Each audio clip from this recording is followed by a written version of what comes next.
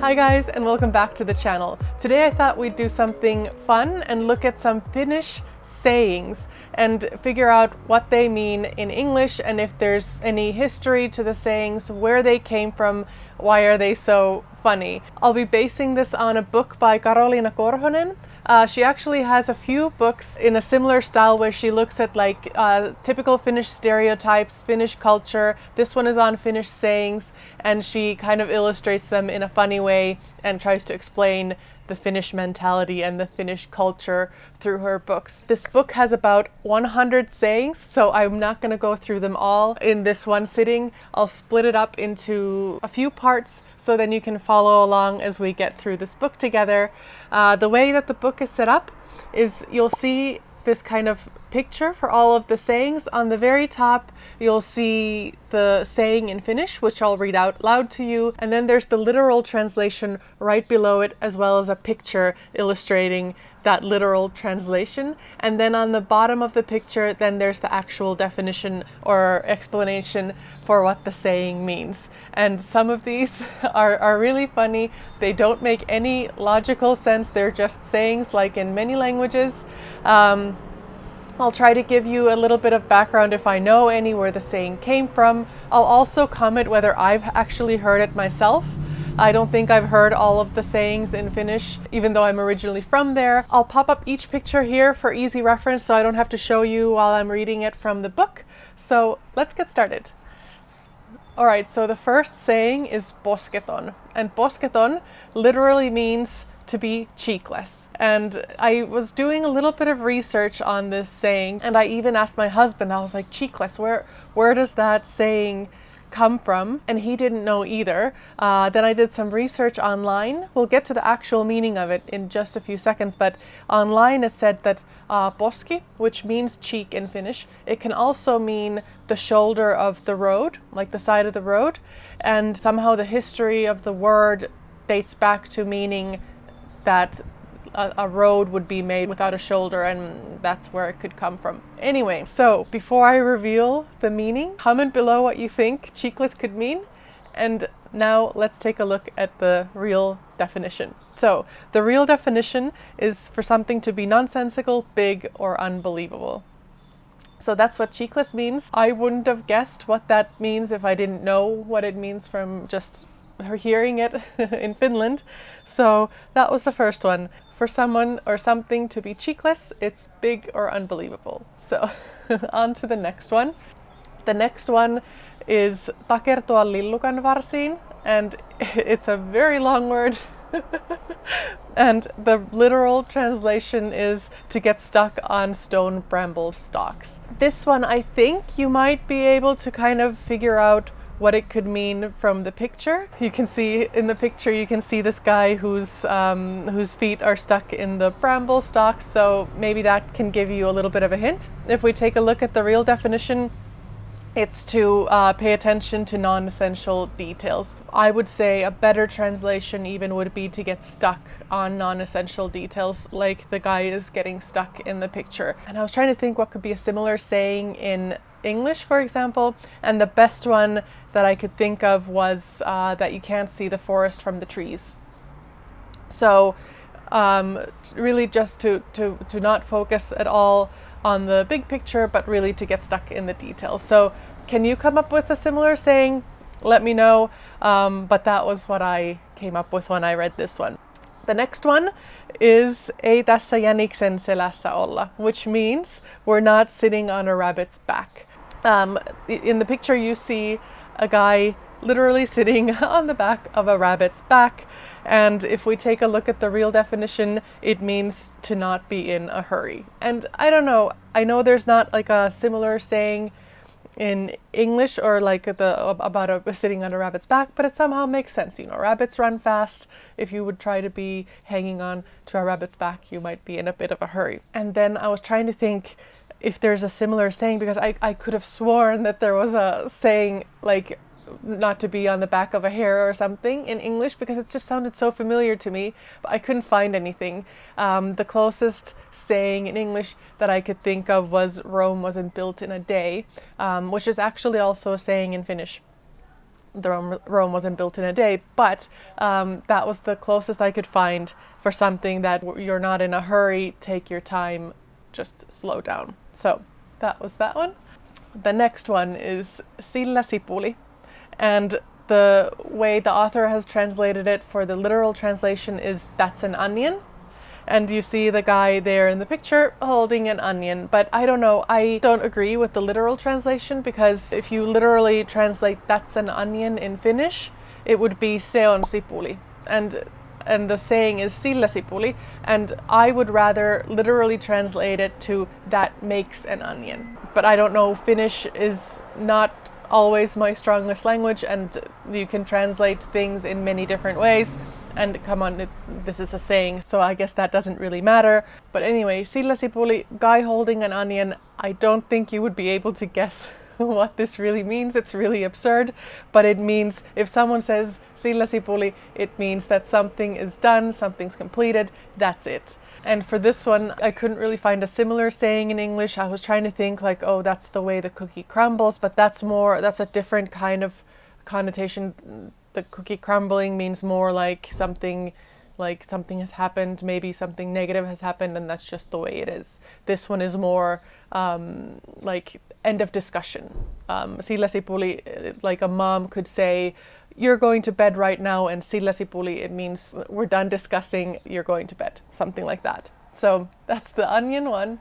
Next up we have Kenkuuseen kurkottaa, se katajaan kapsahtaa. And another long saying, the literal translation is, the person who reaches for a spruce will fall on a juniper. And for this one, I think you might be able to kind of get an idea of what the saying could mean. The definition that they give below the picture is, if you reach for something too good for you, it will not end well. And I don't know, this saying makes me so sad, because it kind of depicts a lot of the Finnish mentality sometimes. In the Finnish culture, you're somehow taught to be humble, which is not bad. Being humble is good, but you're also taught to not brag about your success, or if something's going really well for you, you should just kind of keep that to yourself. I mean, yes, be happy about it yourself, but you don't need to go around like shouting that. And this one kind of goes in the same category. Like, I don't know, when I was living in the US, you were taught to like reach for the stars, anything's possible. And like really people were being motivated to like fight even against all odds to try to get what you want. And this one is really, I don't know, it's kind of saying don't dream too big. I mean, I guess it's a little bit like keep your feet on the ground, but somehow I wish that this saying wasn't so common in Finland. I guess it depicts a side of the Finnish culture that I'm not so happy about. I wish Finnish people and the Finnish culture was more encouraging for people to take chances and to encourage people to try, even if it maybe doesn't make any sense. So that was my 2 cents about that one. And I have to say, I think the culture is changing. I would say probably like back when I was growing up, when my parents were growing up, I think that was probably even more prevalent, that kind of mentality that, don't brag about your, if you have a great job or money or fancy cars or something, just like you can have them, but just keep it to yourself. I think that mentality is changing with the younger generation. Also, the world is completely different. Finland as a country is in a completely different place. So yes, the world goes on and the world develops, which is always good. Then we have a saying that I use a lot, and I think my husband uses a lot as well. It's lähteä lapasesta. And the literal translation is to leave from a mitten. And you can see in this picture, there's a thing that's leaving from this guy's mitten. To leave from a mitten, I would also, like, as a literal translation, I would use it fell out of your mitten, or like you lost control, like in your mitten, like you dropped something, or like you fumbled something. And then that kind of relates to the actual meaning of the word, which means to get out of control.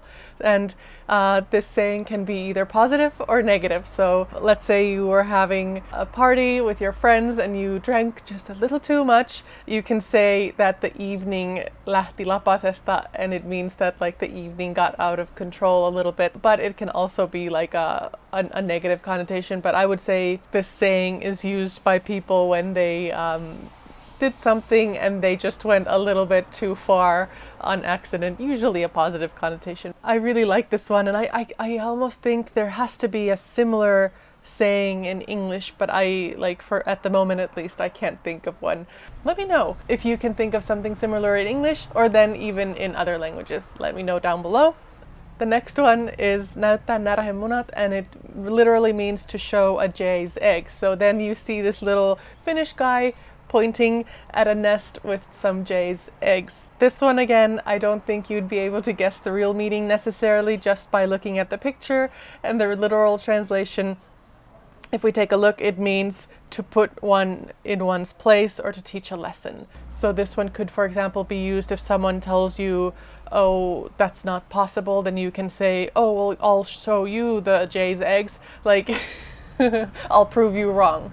It's basically what it boils down to. And this one, I don't think, I've definitely heard this saying before, but I don't think it's a very common one. But it's possible even I've used this one. I doubt it though. But I think I've heard my mom use it. So yeah, definitely heard it. The next one I think is if you've ever heard of any funny Finnish sayings, you may have heard about this one. My friends who I knew when I was living in the US may have heard this one.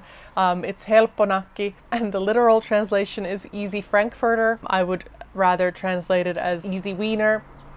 But you see then this guy holding up a little frankfurter or a little wiener, a sausage, and this one means easy job. And for this one I was thinking, okay, what could be an English saying that's similar, and it would be something like, oh, easy peasy. So if someone comes to you and says, oh, we need to move this couch from this bedroom to the living room, you can say, oh, helppo nakki, it's super easy, easy peasy, let's get it done. So it's a fun, positive little saying, and you would hear this a lot as well if you were ever in Finland. On to the next one.